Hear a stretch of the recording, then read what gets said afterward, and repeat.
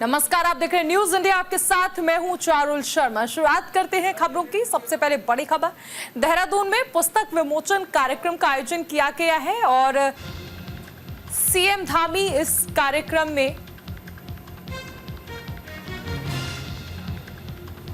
पहुंचेंगे, स्थित प्रज्ञ पुस्तक का विमोचन करेंगे। उत्तराखंड राज्य खेल 2024 के मौके पर कार्यक्रम आयोजित हो रहा है। खेल कार्यक्रम में भी शामिल होंगे सीएम पुष्कर सिंह धामी। चंपावत भी जाएंगे सीएम पुष्कर सिंह धामी। आपदा प्रभावित क्षेत्रों का हवाई सर्वेक्षण करेंगे, अधिकारियों के साथ समीक्षा बैठक करेंगे। आपदा प्रभावित क्षेत्रों पर चर्चा की जाएगी। बड़ी खबर आपको बताई जा रही है, सीएम पुष्कर सिंह धामी जो कि चंपावत भी जाएंगे, पुस्तक विमोचन कार्यक्रम में भी शामिल होंगे।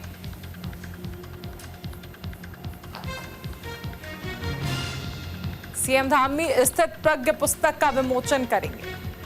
उत्तराखंड राज्य खेल 2024 के अवसर पर कार्यक्रम आयोजित किया गया है और उसमें भी भाग लेंगे।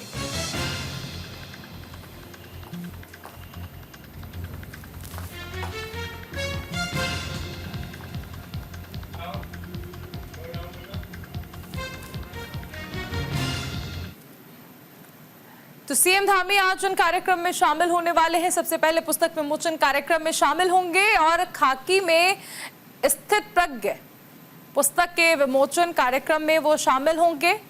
1:30 बजे खेल कार्यक्रम में प्रतिभाग करेंगे सीएम पुष्कर सिंह धामी। 2:45 पर चंपावत जाएंगे मुख्यमंत्री पुष्कर सिंह धामी। आपदा प्रभावित क्षेत्रों का हवाई सर्वेक्षण करेंगे और 3:30 बजे अधिकारियों के साथ बैठक भी की जानी है।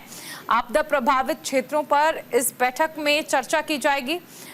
सबसे पहले देहरादून में पुस्तक विमोचन कार्यक्रम है जिसमें भाग लेंगे मुख्यमंत्री पुष्कर सिंह धामी। उसके बाद सर्वे चौक पर पुस्तक विमोचन कार्यक्रम आयोजित किया गया है। 1:30 बजे खेल कार्यक्रम में भी प्रतिभाग करेंगे।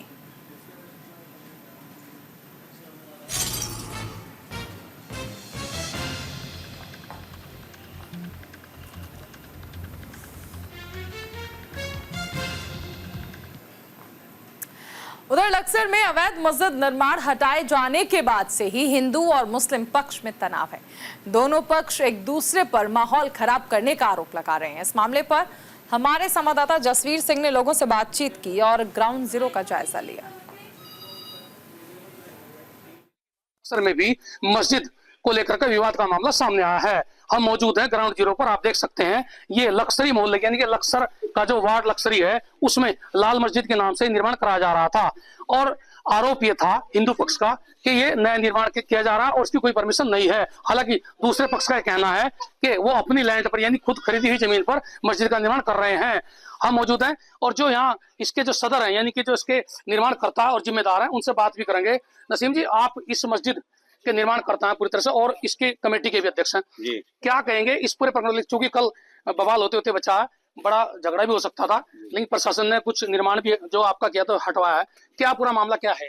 देखिए सर, हमने कोई निर्माण नहीं किया। ये तो कहना तथ्य ही गलत है कि हमने निर्माण किया। हमने तो जो हमारी मस्जिद बनी हुई है उसके सामने जो है टीन लगा रखी थी जो साइड से कुत्ते वगैरह रहे और उसके ऊपर बरसात आ रही थी तो बरसात के लिए हमने एक तिरपाल डाल दिया था जो उनके कहने पर तुरंत हटा दी गई। नहीं, वो तो ये कह रहे कि एक तो सबसे बड़ी बात है कि मिश्रित आबादी है, यानी मिश्रित आबादी में तमाम पक्षों की सहमति के आधार पर ही आप ऐसे स्थल का निर्माण कर सकते हैं जिसे लेकर के विवाद हो। दूसरे 500 मीटर के दायरे में दूसरी मस्जिद है, यानी लक्सरी मोहल्ले में एक मस्जिद और भी है, फिर आप दूसरी मस्जिद का निर्माण कर रहे हैं, प्रशासन की कोई अनुमति नहीं है। ये कई सवाल उन्होंने उठाए हैं जिसे लेकर प्रशासन ने कार्रवाई की है। देखिए, जहां तक है मुझे अपनी कानूनी जानकारी में कोई भी मस्जिद के लिए कोई सीमा निर्धारित नहीं होती कि ये इतने पर ही बनेगी या इतने पर ही। हाँ, ये मैं मान सकता हूँ कि अगर कोई हिंदू मोहल्ले में अगर हम बनाए तो वो हमारी गलती है और नहीं होनी चाहिए।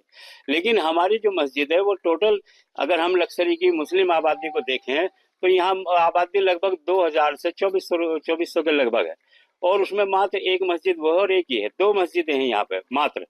इसके अलावा फिर आगे बाजार में है वो एक अलग है। तो हमारी इसमें ये मिश्रित आबादी जो कह रहे हैं ये मिश्रित तो आगे चल के है, यहाँ पे केवल मुस्लिम आबादी। आपके पास अनुमति थी? मेरे पास अनुमति है।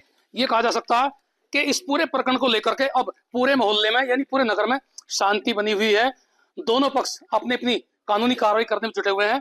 मुस्लिम पक्ष के लोग, खासकर मस्जिद जुड़े लोगों का कहना है कि वो प्रशासन के आदेश का इंतजार करेंगे। जो फिलहाल आदेश दिया हुआ है रोक का, उस पर वो कायम है, लेकिन अभी भी कहीं ना कहीं अंदरूनी तौर पर दोनों पक्षों में हल्के तनाव दिखाई दे रहा। पर आने वाले दिनों में इसका क्या निर्णय होगा, किस तरह से प्रशासन इस पर निर्णय लेगा, ये देखने वाली बात है। Jasveer Singh, news India, Lucknow.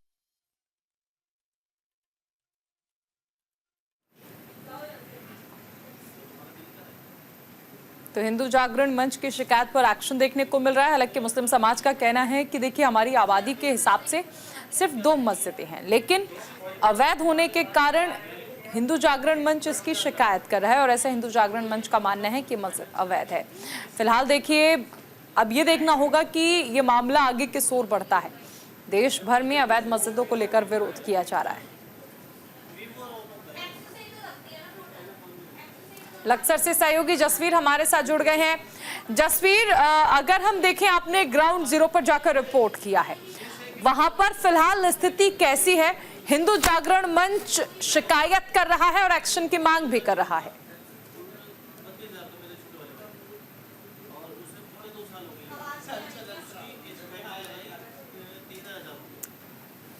जसवीर, आपका ऑडियो म्यूट है।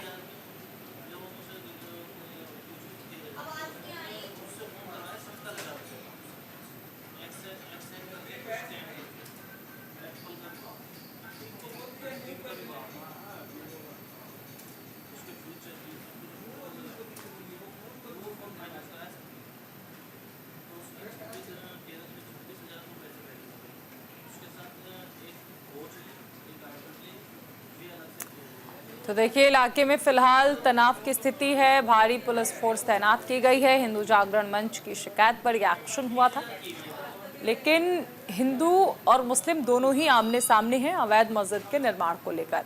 हालांकि मुस्लिम्स का कहना है कि आबादी के हिसाब से अगर देखा जाए तो सिर्फ 2 मस्जिद हैं और ऐसे में आखिर वो इबादत करने कहाँ जाए। लेकिन हिंदुओं का साफ तौर पर कहना है कि अवैध तरीके से ये मस्जिद बनाई गई है, इसको ढाया जाना चाहिए, कोई अनहोनी ना हो जाए, इसके लिए पुलिस बल को तैनात किया गया है।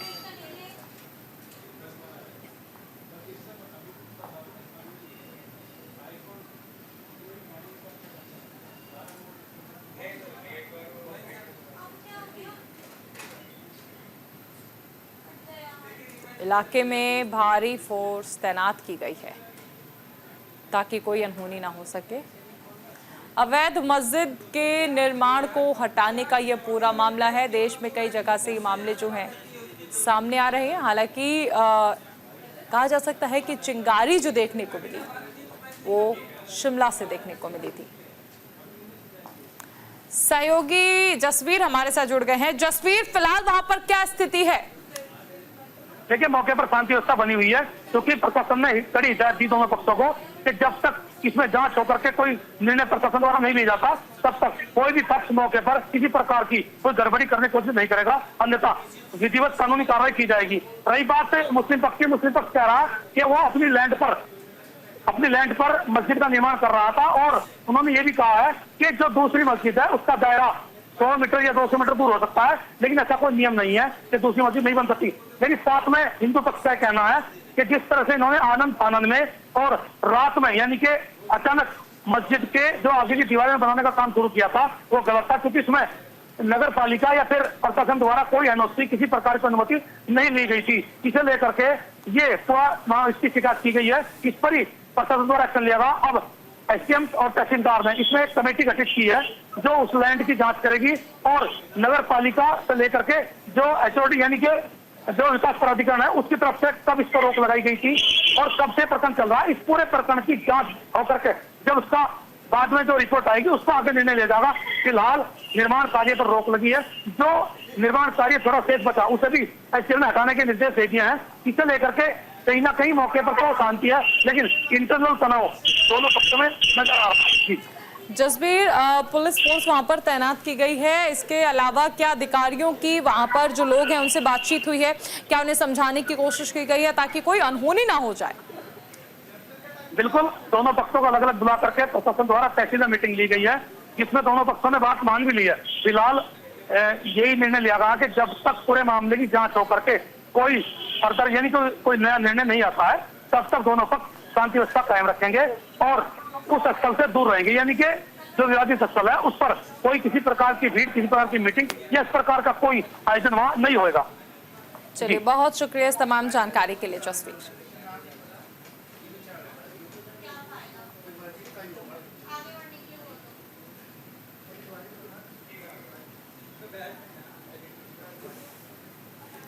चलिए, इस बीच एक बड़ी खबर आ रही है। मोदी सरकार के तीसरे कार्यकाल के 100 दिन पूरे हो गए हैं। केंद्रीय मंत्री अजय टम्टा ने सरकार की उपलब्धियां गिनाई हैं। 100 दिनों में बनाए गए हैं 8 high speed corridor. Ring road परियोजनाओं की भी शुरुआत की जाएगी। हल्द्वानी में केंद्रीय मंत्री अजय टम्टा ने कहा कि सड़क परिवहन एवं राजमार्ग मंत्रालय ने मोदी सरकार के तीसरे कार्यकाल में पहले 100 दिनों में 8 प्रमुख हाई स्पीड कॉरिडोर और रिंग रोड परियोजनाएं शुरू की। इन परियोजनाओं से यात्रा का समय 60% कम हो जाएगा। मार्ग की यातायात वहन क्षमता बढ़ जाएगी और लॉजिस्टिक्स की लागत कम हो जाएगी। इन परियोजनाओं का उद्देश्य कुल मिलाकर 5 करोड़ से अधिक मानव दिवस के लिए रोजगार सृजित करना है, जिससे स्थानीय अर्थव्यवस्था को भी बढ़ावा मिल सके। इससे न केवल यात्रा आसान होगी बल्कि औद्योगिक और वाणिज्यिक संपर्क भी मजबूत होगा। इसके अलावा नैनीताल में कैंची धाम में टनल बाईपास और एलिवेटेड बाईपास बनाने के साथ ही काठगोदाम नैनीताल राजमार्ग को 2 लाइन किए जाने के भविष्य के प्रस्ताव लाए जाने का भी दावा किया गया है।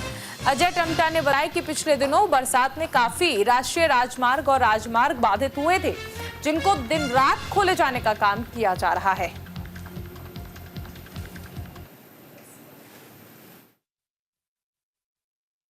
व्यवस्था लेकर आए।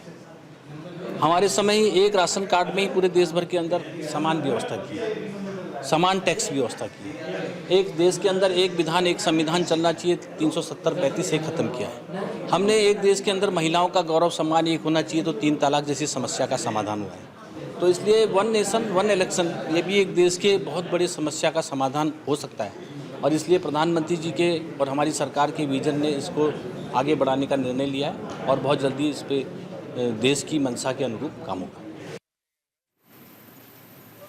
तिरुपति बालाजी प्रसाद विवाद पर भड़का संत समाज। साधु संतों ने उच्च स्तरीय जांच की मांग की। साधु संतों ने दोषियों पर सख्त कार्रवाई की मांग की है। आंध्र प्रदेश के सीएम चंद्रबाबू नायडू ने जगन सरकार पर गंभीर आरोप लगाए हैं। आंध्र प्रदेश के सीएम चंद्रबाबू नायडू ने दावा किया है कि जगन सरकार में तिरुपति बालाजी मंदिर में बनने वाले लड्डू प्रसाद में जानवरों की चर्बी का इस्तेमाल किया गया। एनडीडीबी काल्फ ब्लैब की रिपोर्ट में इस्तेमाल किए गए घी में पशु चर्बी की मौजूदगी की पुष्टि की गई है। इस रिपोर्ट के बाद देश भर में इसे लेकर बवाल मचा है। हरिद्वार के संत समाज ने इस मसले पर गंभीरता से लेते हुए इसकी उच्च स्तरीय जांच कराने की मांग की। साथ ही धर्मनगरी हरिद्वार के साधु संतों ने इसे दुर्भाग्यपूर्ण भी बताया है।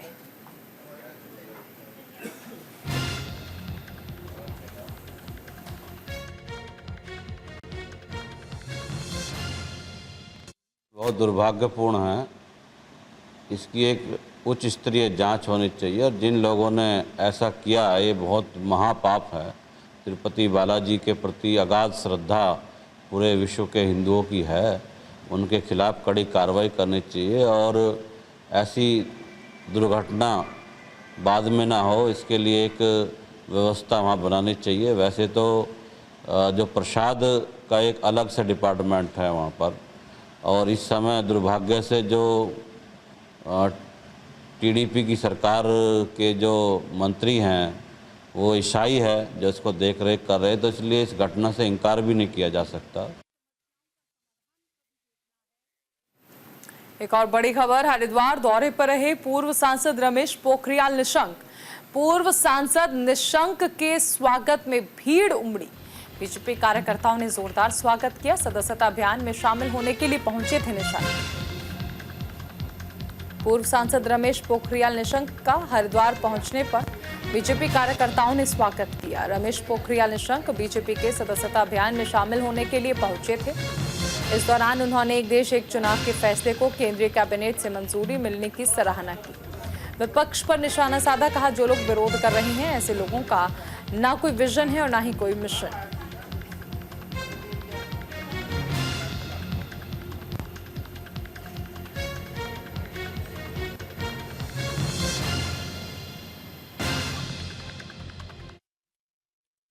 बहुत बड़ा प्रभाव होता है।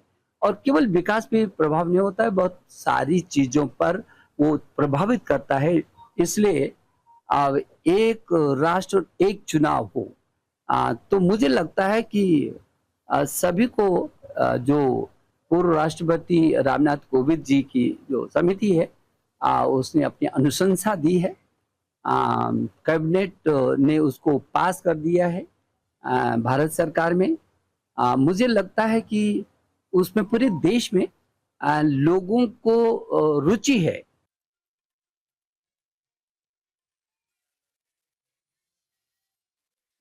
वहीं लक्सर में सदस्यता अभियान को लेकर बीजेपी की बैठक, पदाधिकारियों और कार्यकर्ताओं को लक्ष्य दिया गया है। बीजेपी जिला अध्यक्ष संदीप गोयल ने संबोधित किया, सदस्य बनाने का मतलब पार्टी को मजबूत बनाना। लक्सर में बीजेपी सदस्यता अभियान के तहत बैठक का आयोजन किया गया। बैठक को बीजेपी जिला अध्यक्ष संदीप गोयल ने संबोधित किया। उन्होंने कहा कि सदस्यता अभियान के लक्ष्य को लेकर पार्टी प्रदेश नेतृत्व गंभीर है। सभी पदाधिकारियों और कार्यकर्ताओं को बैठक में निर्धारित लक्ष्य दिए गए हैं, जिन्हें पूरा करने का काम कार्यकर्ताओं को दिया है। उन्होंने कहा कि सदस्य बनाने का मतलब पार्टी को मजबूत बनाना है।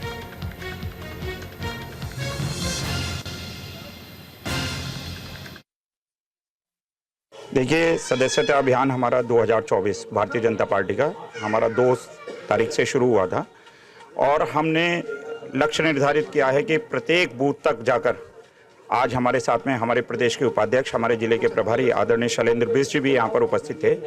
तो प्रदेश नेतृत्व बहुत गंभीर है, हम कोई भी कमी नहीं छोड़ेंगे। जो हमें लक्ष्य निर्धारित हुआ है लक्सर के लिए वो हम पूरा करेंगे। इसके लिए हम प्रत्येक बूथ पर जाकर और हमारा कार्यकर्ता प्रत्येक घर घर जाकर सदस्य बनाने का काम करेगा, क्योंकि सदस्य बनाने का मतलब है पार्टी को मजबूत करना, और पार्टी मजबूत होगी तो कहीं ना कहीं हम देश को मजबूत करने का काम करेंगे। चलिए आगे बढ़ते हैं। मंगलौर से बड़ी खबर है, जहां पर अधजली लाश मिली है। शव मिलने से इलाके में सनसनी फैल गई है। फॉरेंसिक टीम मामले की जांच कर रही है। अर्ध जले शव की पहचान नहीं हो पाई है। पोस्टमार्टम के लिए शव को भेज दिया है। मंगलौर के मंडावली गांव के पास गंग नहर के किनारे अर्ध जला शव बरामद हुआ है, जिसकी सूचना मिलने पर पुलिस के आला अधिकारी पहुंच गए और साथ ही फॉरेंसिक टीम भी मामले पर पहुंचकर जांच में जुट गई है। फिलहाल ये शव किसका है, इसकी पहचान नहीं हो पाई है। पुलिस ने शव को कब्जे में लेकर पोस्टमार्टम के लिए भेज दिया है।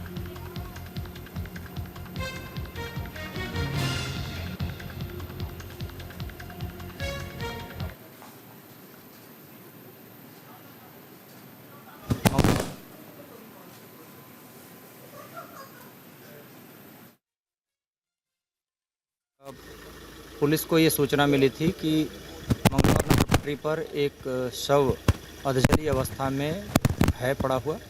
इस सूचना पर यहाँ मंगलौर कोतवाली की टीम और फील्ड यूनिट की टीमें यहाँ आई हैं। साक्ष्य संकलन की कार्रवाई की जा रही है। जो कुछ भी तथ्य प्रकाश में आएंगे उसके आधार पर अग्रिम विधिक कार्रवाई अमल में लाई जाएगी। हरिद्वार के रोशनाबाद से एक बड़ी खबर आ रही है। हेल्थ केयर सेंटर में बड़ी लापरवाही का मामला सामने आया है। गर्भपात में डॉक्टर की लापरवाही, स्वास्थ्य विभाग ने बड़ी कार्रवाई की है। हरिद्वार के रोशनाबाद के पास एक हेल्थ केयर सेंटर में गर्भपात के दौरान डॉक्टर की लापरवाही का मामला सामने आया है। इस घटना के बाद स्वास्थ्य विभाग ने तुरंत कार्रवाई की है। मामले में महिला की हालत गंभीर है और इस वजह से कारणों की जांच की जा रही है। स्वास्थ्य विभाग के एसीएमओ अनिल वर्मा ने बताया कि उन्होंने ये भी स्पष्ट किया है कि विभाग में रोशनाबाद हेल्थ केयर सेंटर के नाम कोई पंजीकरण नहीं है, जिससे यह अवैध प्रतीत हो रहा है। स्वास्थ्य विभाग ने इलाके में चल रहे अवैध अस्पताल और क्लिनिक को चिन्हित करना शुरू कर दिया है।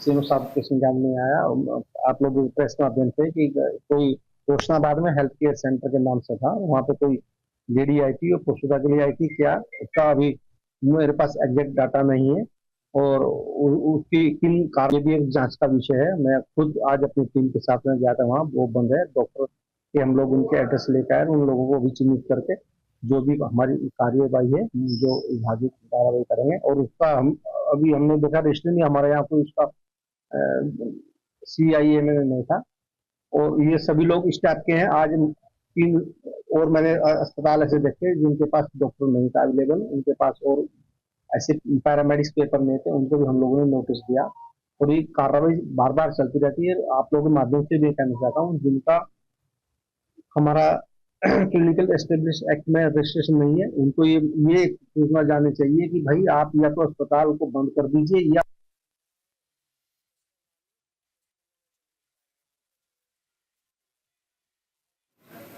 सीधे ले चलते हैं आपको देहरादून। मुख्यमंत्री पुष्कर सिंह धामी पुस्तक विमोचन कार्यक्रम में शामिल होने के लिए पहुंचे।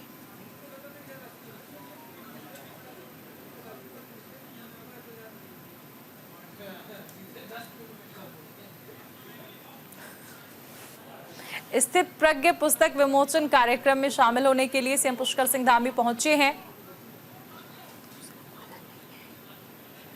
और आप देख भी सकते हैं मुख्यमंत्री पुष्कर सिंह धामी को स्टेज पर मौजूद हैं और देखिए यहाँ पर पुस्तक विमोचन कार्यक्रम है जिसमें शामिल होने के लिए पहुंचे हैं सीएम पुष्कर सिंह धामी।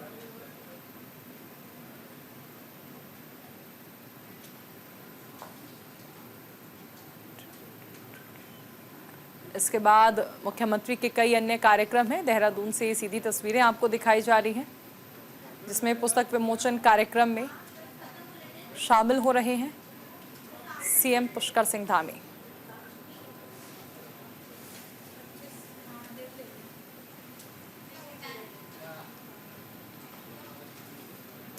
और इसी के साथ इस बुलेटिन फिलहाल इतना ही। आप बने रहिए न्यूज़ इंडिया के साथ। नमस्कार।